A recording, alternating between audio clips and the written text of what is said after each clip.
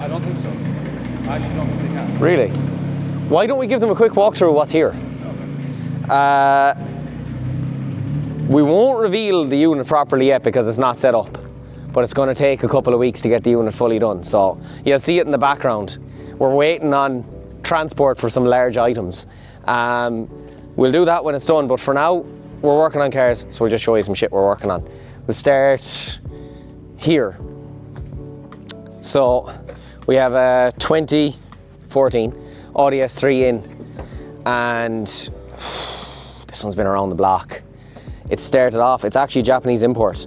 It came into the country with a misfire. It has a very subtle misfire when it's running, and that develops into a cylinder getting turned off, because these engines are fussy at the best of times. So it went to a couple of different places. The last place it went to was the main dealer, and they replaced everything that it didn't need. So it got coil packs, it got injectors, it got lots of stuff done to it, it got serviced. And when the owner got it back, it started blowing coolant out of the coolant bottle. So now we have it going down in coolant, bad misfire. This one is probably going to end up head off, I'd imagine. We're probably going to end up there, but we'll try not. The next one on the list is, we're going to do this quick now. We have limited time here. The next one on the list, fuck, the bonnet doesn't open.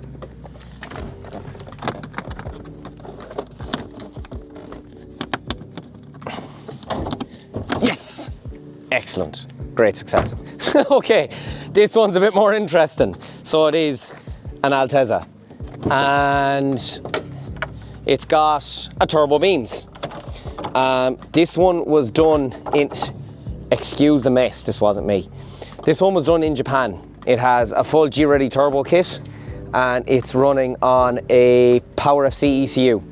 Come in from Japan like this, it's got probably one of very few, if not the only genuine BN kit. It's on BCs, it's got lots of good bits, but the main issue is the engine.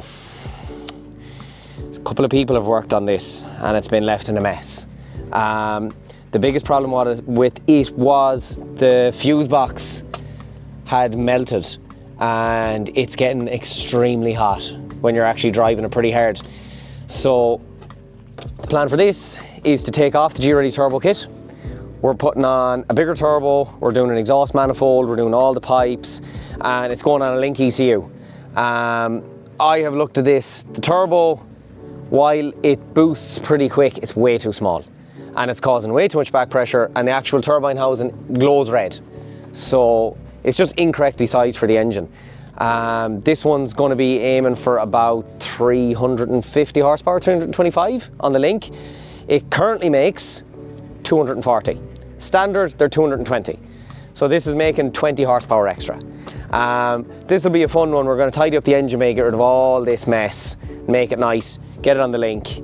That's another project we have in. This one also, we have to get ready for NCT. It's going to need a bit of work, set the coilovers up properly, it needs discs, pads, all that boring stuff you probably don't want to see. And then, if you follow me in. So we're going to change the style of the video. We're going to do a weekly vlog. Dave reckons it won't work. Prove him wrong, people. Fucking like and comment the video.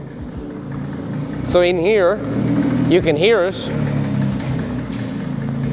This came in as a non-start.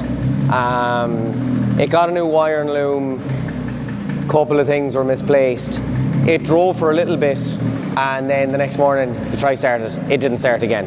So I had a look at it over the weekend, and a couple of issues. Some stuff was missing, some stuff was unplugged.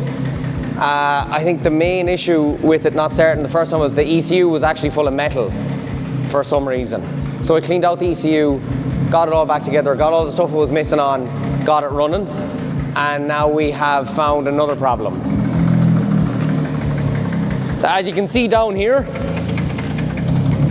it's not just a standard IS.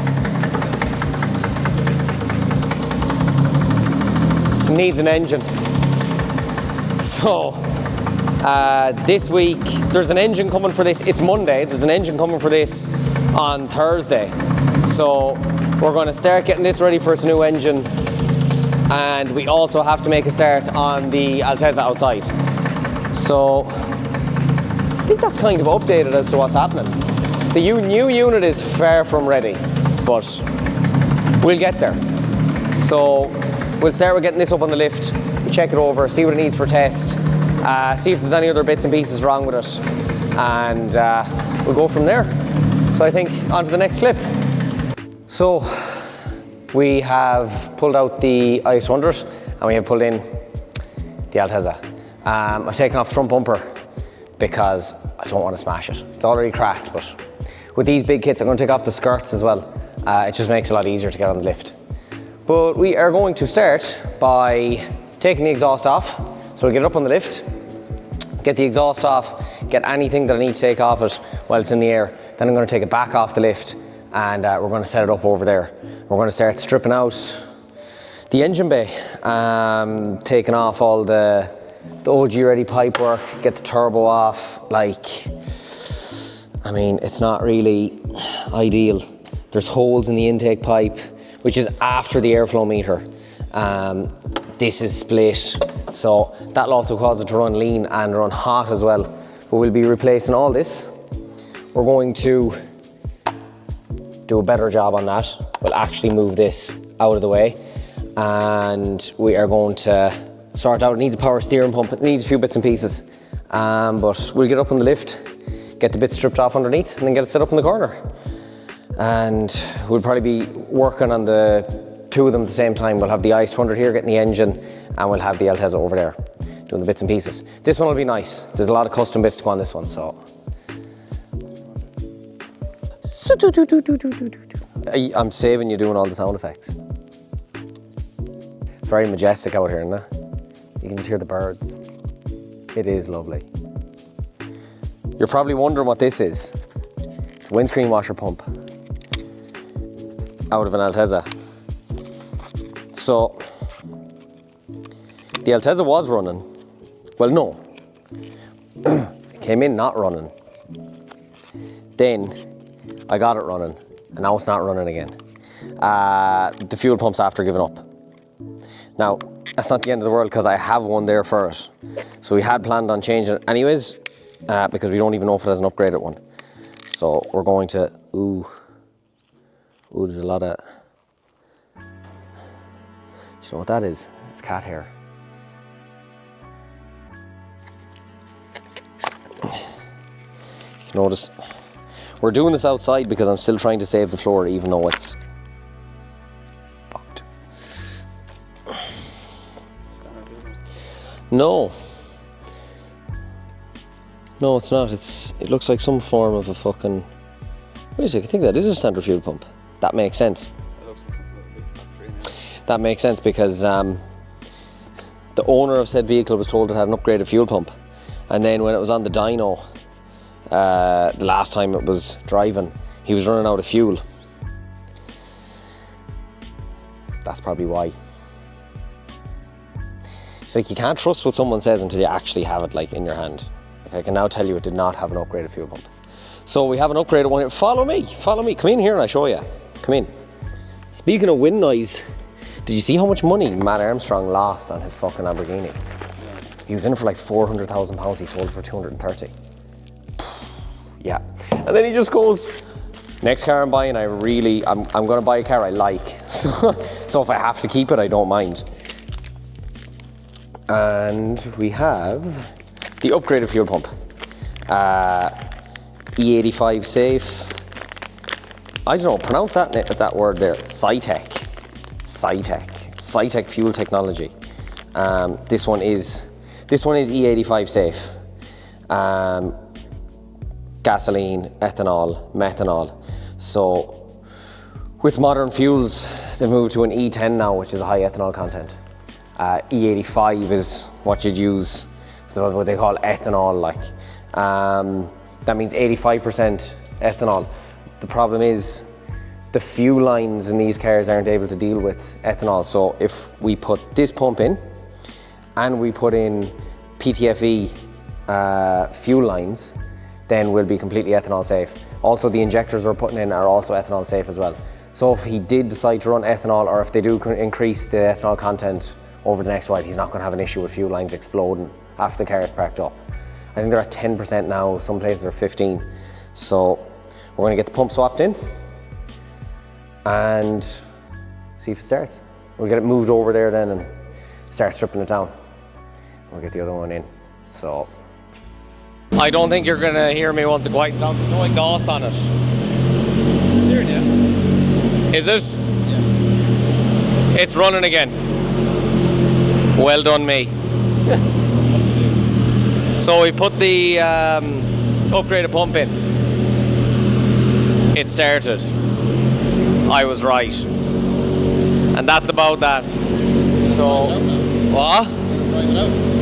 Yeah, I'm going to pull it out and turn it around, and I'm going to back it in there and get it up on axle stands.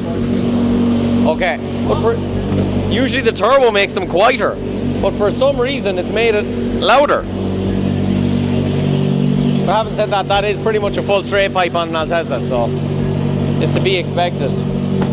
Now, let's get this moved before we piss everybody off. Do you want to sit in my lap?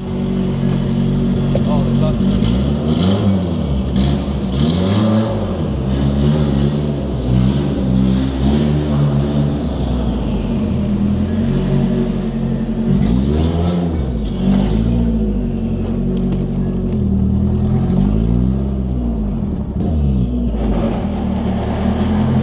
I've just driven over the whole front of the car. Ugh. It's just everything is falling off.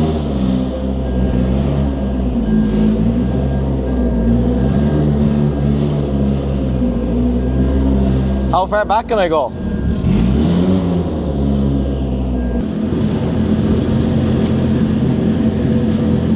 It's running a lot better since the new pump went in. It had a little bit of a misfire and it was hunting a little bit with the old pump, so it was obviously dying and it was on the way out. But that's one job ticked off the list. So the next thing now is to start stripping down the engine. So we have a good bit of work to do here. Thank God that turned off. That thing's so loud. It's actually pig. We need to get the whole thing stripped down. We're changing the throttle body because these are a nightmare. The guy that mapped this last said that he will not do it again unless this is changed. These are a disaster because it's an electronic throttle body that's cable operated. They're a nightmare to deal with. So we're going to get rid of this completely, put an aftermarket throttle body on, and then start tidying it up. There's lots of stuff to be tidied up. The wiring loom is not fantastic. We've a lot of that to do, like power steering pipes are loose and all that. So we'll start getting it up on axle stands to get it stripped down. And at the same time then we'll start taking the engine out of the Lexus. And in between all that then we'll diagnose the S3 as well at the same time. So we have the turbo off, downpipe is off. I've started stripping back some of the wire and rad. Where do we leave off? Oh yeah, I was putting it on axle stands. You can see that was a fucking pain in the arse. Rad is out, coolant pipes are off, turbo's off, and you can see that this is the reason all this is happening, because the turbo's absolutely tiny and it's just causing the thing to overheat. Like it's a two-finger job. So the new one's going to be like probably 4. So anyways, the ECU goes here and the fuse box is here. These cars have like 27 fuse boxes, this is one of them. So the plan is, this has gotten a bit melty before, this will be going inside the car. So we're gonna put a hole in a grommet here and we're gonna run the wires through and put this in underneath the dash behind the glove box. That's out of the way, which then means we can move the power steering fluid reservoir to here. So it's not right beside the turbo and getting absolutely cooked, because it was mounted here and it gets really hot and it boils the fluid and then it fucks the pump. This has a fucked pump.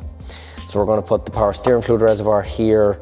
We are going to probably convert it to a catch can and we'll probably mount the catch can here. We'll just keep this corner neat and tidy. We'll move all the stuff away from here so it makes it easier to do the intake. Now down here, the original fuse box, or the fucking original ECU box was there. I've been kind of looking, I would love to move it, but I think it's going to be more hassle than it's worth. It's not massively in the way. I just wanted it out of the way so I could bring the intake down here and have the filter here, but it's not the end of the world. We'll squeeze it in. I'm probably going to keep the ECU box there. As for the rest of the engine, there's a lot of tidying up to be done. But it's not that bad. It's not that bad. Tomorrow morning we're going to decide what way we're mounting the turbo. Some people wanted bottom mount. Some people wanted top mount. I wanted top mount. Yeah, it's just easier to work on. Pretty much just the owner is the only one that doesn't want the top mount. But he's just afraid because he's had so much trouble with this car burning everything here. As you can see, there's... Who puts heat... Come in here a second and we'll fucking look at this. Who puts heat wrap on with a plastic cable tie? Like... Plastic cable ties for heat wrap. Now whoever put the heat wrap on, props to them, it's a fucking tidy job. Like, looks factory. So, and like there was an issue with this leaking oil from the oil return. Now, he'd gotten it fixed 3 times and he said on the 3rd time it stopped leaking. I think it was out of pure luck that it stopped leaking more so than anything. He's gotten this fixed 3 times.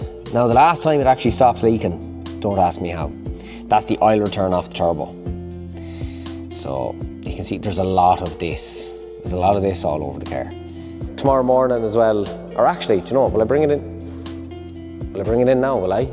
Will I bring in the Lexus, will I? Yeah. I'll go get the Lexus.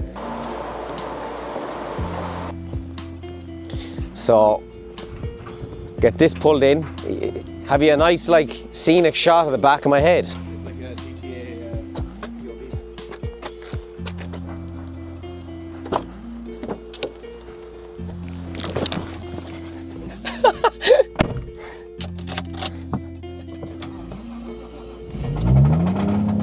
Can you edit out that knocking noise? Your man's trying to sell the car.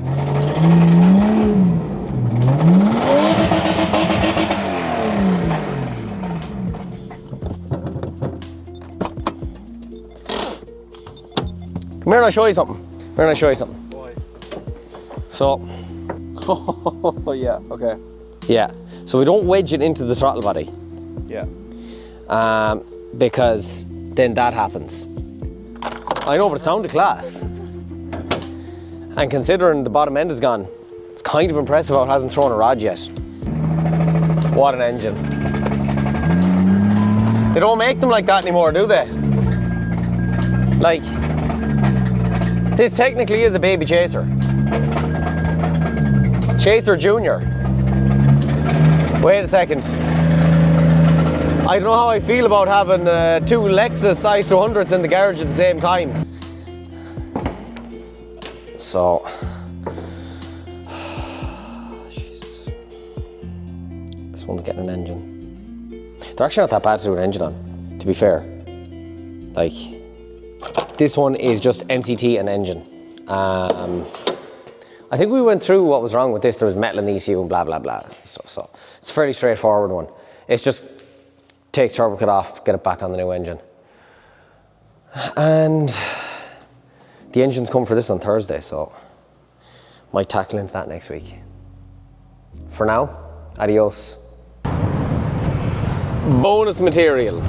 So, hold on, I see. I have taken the camera from Senior David and we are now heading to location number 2.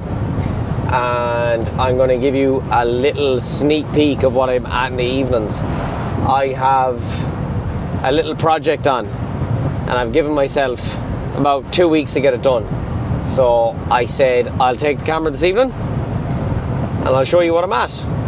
So I will rejoin you when we are at location number 2. Oh fuck.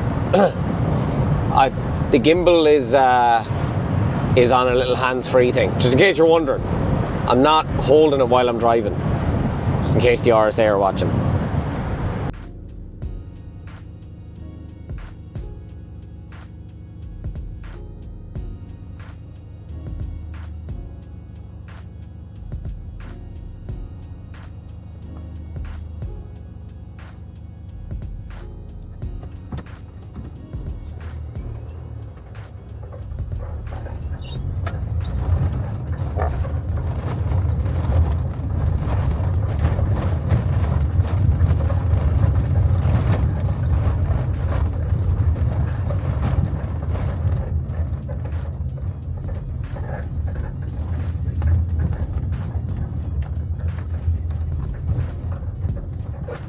And we are back in the old headquarters.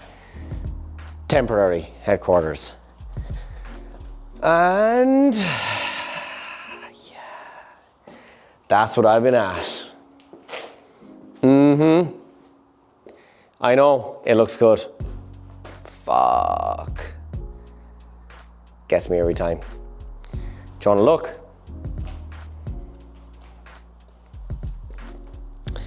Yeah. Been doing a wee bit of work on the Sylvia. We run through what's happening. I have the spoiler bolted on, the quarters are on, the back bumper is on.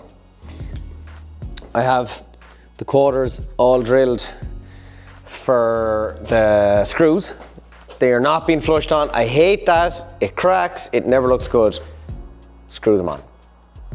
I'm gonna drift this car, so if the camera's exceptionally bad today. It's actually pissed me off. I wish I didn't bring it. Quarters. I'm just gonna go this way because this is some of the worst footage I've ever filmed. I have the skirts on, and I can't hold. The holes are all drilled along there for the skirts.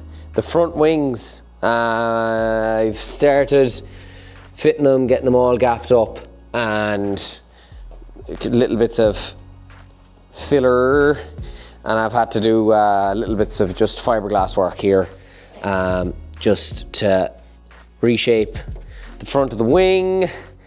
And there's a little bit to be sanded here. I'll do that when it's off, and then more shaping here. So this kit is a drift kit, all right? It is not a kit for a road car. And there's a very big difference between a drift kit and a road car kit.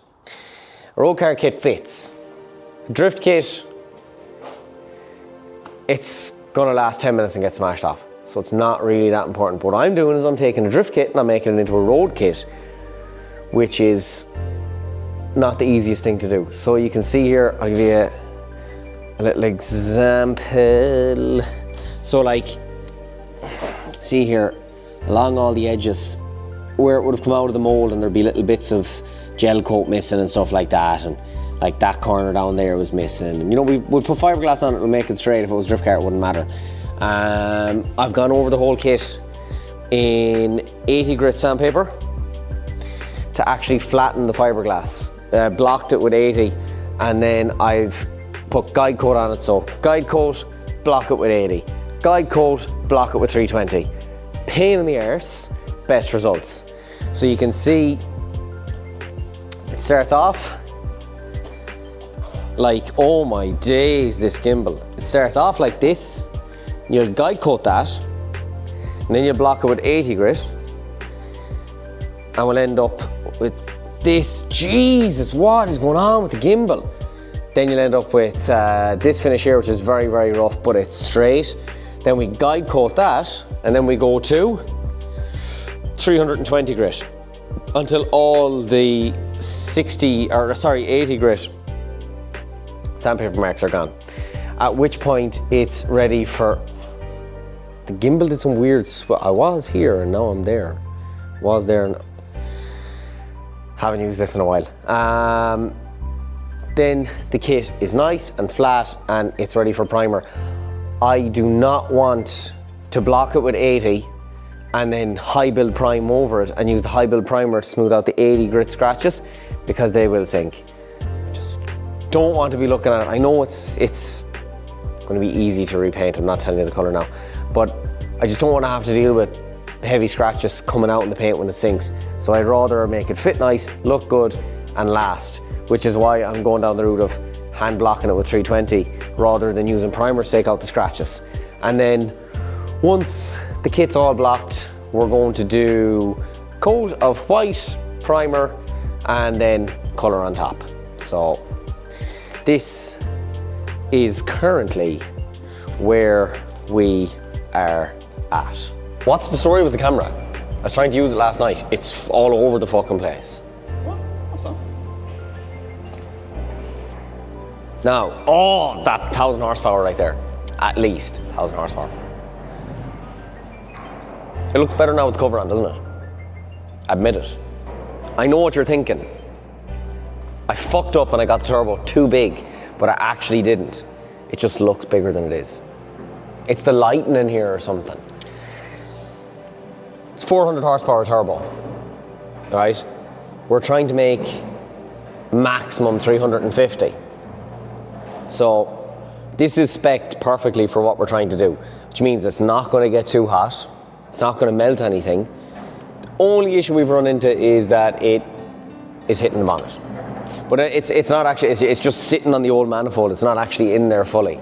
So when the flange is on and it's bolted down properly and we actually clock the turbo so it's not pointing into the shock top, we clock it, we run the pipe down, it will be fine. Trust me, it'll be fine. But it just looks ridiculous. And that's what came off it. So, no wonder the turbo was getting so hot. He used to like fags off that turbo while it was idling. You can see in the exhaust housings, it's going to be so much better. These Altezza engines like to breathe a lot as well. They're a high revving, high flowing, high compression NA engine. So they need to be able to breathe. Oh, there it is. Hold on now. Okay. Big crack in the manifold and it goes right the way through. So this manifold is effectively a wall ornament now. It's useless because there was cracks here, there was cracks there, and there's cracks there. But like, we were putting a new flange on it anyways to mount the new turbo, so that wasn't the end of. Oh my god, there's another one in there. That wasn't the end of the world, but we took it off. There's cracks everywhere. There's cracks here. There's cracks inside there. They go up to nearly the flange is nearly cracked through. So that is now useless. So now we have to get a new flange. I already have the turbo flange. We're going to get a new flange for the cylinder head, and we're going to make a nice stainless steel tubular manifold for it. It means that I can actually put the turbo in a better position because it was on that manifold, it was like there. So what we're going to do is we're going to bring it further forward and we're going to get it down somewhere around there. It's going to make it better for the downpipe, and it's going to make it better for getting the intercooler pipes and stuff like that on. It'll mean that the downpipe has a little bit of a section to come off straight. You never really want the downpipe to come off the turbo like that because it creates a massive hot spot in the downpipe. So if we can come out a little bit and then go down, it's much better for the turbo. So it works out better. It's more work, but until we figured out a flange, might be getting one laser cut. We are now leaving that and we are at this. So we've started stripping some of the engine off. We'll get it ready to pull the engine out. We have some NCT work to do to it as well, so we may as well tip away at this. I'm going to start stripping bits off it, and then later on today we might bring in the S3 and have a look at it before we go home. But from one project to the next. I hope this isn't too hard for you to follow, because in the middle of this I'm also respraying an S14. So that's kind of the update. Start getting the bits off and get the engine out and go from there.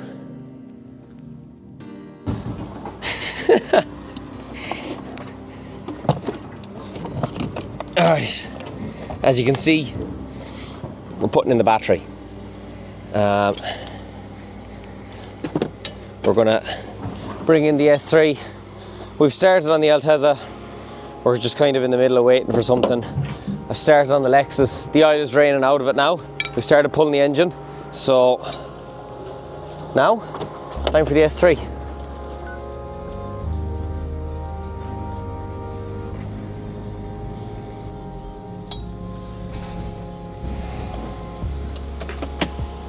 Parking sensors, reverse camera, oh, and a little light on the ground that says Quattro. Very spec. Yeah, this is the only Jap car in the garage right now. So we'll let it run for a little bit. When it warms up, it starts misfiring and starts turning off a cylinder. So this is a little bit more like what I've spent the last, God, fucking 15 years working on. So like, obviously it's nice and it's new and it's clean, but they can be an absolute pain in the arse compared to some of the older stuff. So you can actually see it there now. It's starting to, the engine is starting to shake a little bit. So it could be a number of different things. These actually have 8 injectors. They have 4 high pressure direct injection injectors underneath the intake manifold, which put the fuel straight into the cylinder, and then they have another set of injectors up here, which are low pressure port injection, and they are strictly there for cleaning the cylinders, or for cleaning the ports, because when you have direct injection, you get carbon build up. So these can give trouble. Apparently they stick open and cause misfires, and they cause the pistons to actually melt. So we're going to see if it's these injectors that are causing the issue. We also have the issue with it building up pressure in the cooling system. So we'll start doing a bit of diagnosing. This one's going to be a pain in the ass.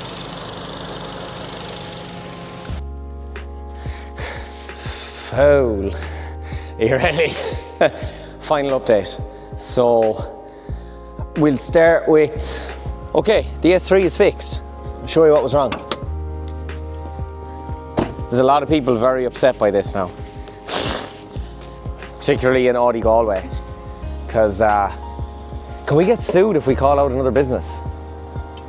Audi Galway is way too much money to be watching YouTube. Okay, because Audi Galway are fucking useless. So, it turns out the issue was these. If you want to zoom in there so all the viewers can see. So that's the secondary injectors. This has 8 fuel injectors. It has 4 direct injection injectors, which go straight into the cylinders. And then it has 4 port injection injectors. And these spray fuel into the ports to keep the valves clean.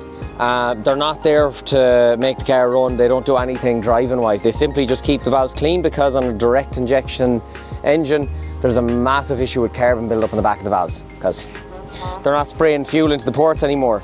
So they put these on them to help with carbon buildup. What has been happening is those injectors have been spraying onto the valves to keep them clean, but then not turning off. And as it drips fuel into the cylinder, it causes a misfire, and then it eventually shuts the cylinder off. So a certain main dealer replaced all the direct injection injectors, all the coils. They did a water pump, they did a belt, lots of stuff, and they never actually even checked these. That was the issue. There was a compression test done on the engine. It was down in compression on cylinder 3, and people thought that it might need an engine or a head. And the reason it was down in compression on cylinder 3 is because the 3rd secondary injector was leaking into the cylinder. When they were doing the compression test, the petrol was washing the cylinder walls, taking the oil off, meaning it wasn't able to build as much compression as it should, because you need oil to help the ring seal. So that is fixed. The injectors are currently unplugged. It's going next week for mapping. We're going to map out the secondary injectors, blank off the fuel line going to them, and the coolant issue wasn't even an issue. Just someone in the main dealer opened the cap when the engine was hot and it shot some coolant out, and they thought the head was gone. So that's not a problem. Fixed. On to the next thing. This is our last day this week, so you won't see tomorrow. There's some bits, we've been doing some cleaning. Intake manifold off the turbo Altezza. We've been purchasing some chemicals and doing some testing today. So Altezza is cleaned. Brought it outside jacked it up, took the wheels off, got all inside the arches cleaned, the brakes cleaned, the wheels cleaned inside out, cleaned the engine bay. I don't know will it show on camera, but it was very, very dirty. And now it's not as dirty. Like, we'll have to kind of try and polish up the shock tops and stuff like that, but the engine itself, all the oil is gone. So that one is now ready for, I think we'll probably start off next week. We're going to start into the turbo exhaust manifold, get that fabricated, get the turbo in place, because I am picking up a flange for it this evening. And that is the update for that one. And now for the final update today is this one. You can see yourself really the update. The engine's on the floor. It's kind of it really. I have the engine taken out of it, so I'm actually picking the engine up for this evening. And the next step is to pull off the gearbox, strip down that engine to a bare engine, because the engine we're getting is bare. We need to take the sump off that because it has the oil return for the turbo. And then we'll throw that engine in the bin, get the new engine, get it stripped down, get it washed. We're doing like time belt, water pump, gaskets, clutch, blah, blah, blah, blah, lots of stuff. And checking it over, making sure everything's okay. So the next step for this car then is we need to pull it outside and wash the engine bay. Get it jacked up, get the wheels off, wash all in the arches, and get it ready for the new engine. And we have some small NCT work to do to it as well. But that is going to be possibly end of next week, maybe into the following week. We'll come back to this one. I'll start cleaning and washing the engines in between. We have another car coming up tomorrow, which I'm collecting this evening, along with the engine. So that'll be another job to do. And I think that's kind of it. That's wrapped up our first weekly vlog. So that's it, that's the end of it. End of week number 1. And let us know if you prefer this style, or if you think the way we used to do it was better. This style is obviously a lot more effort, but we'll see. Come on, little close. All eyes on me, little life of a thug nigga, till the day I die. Live the life of a boss player, 'cause even getting high.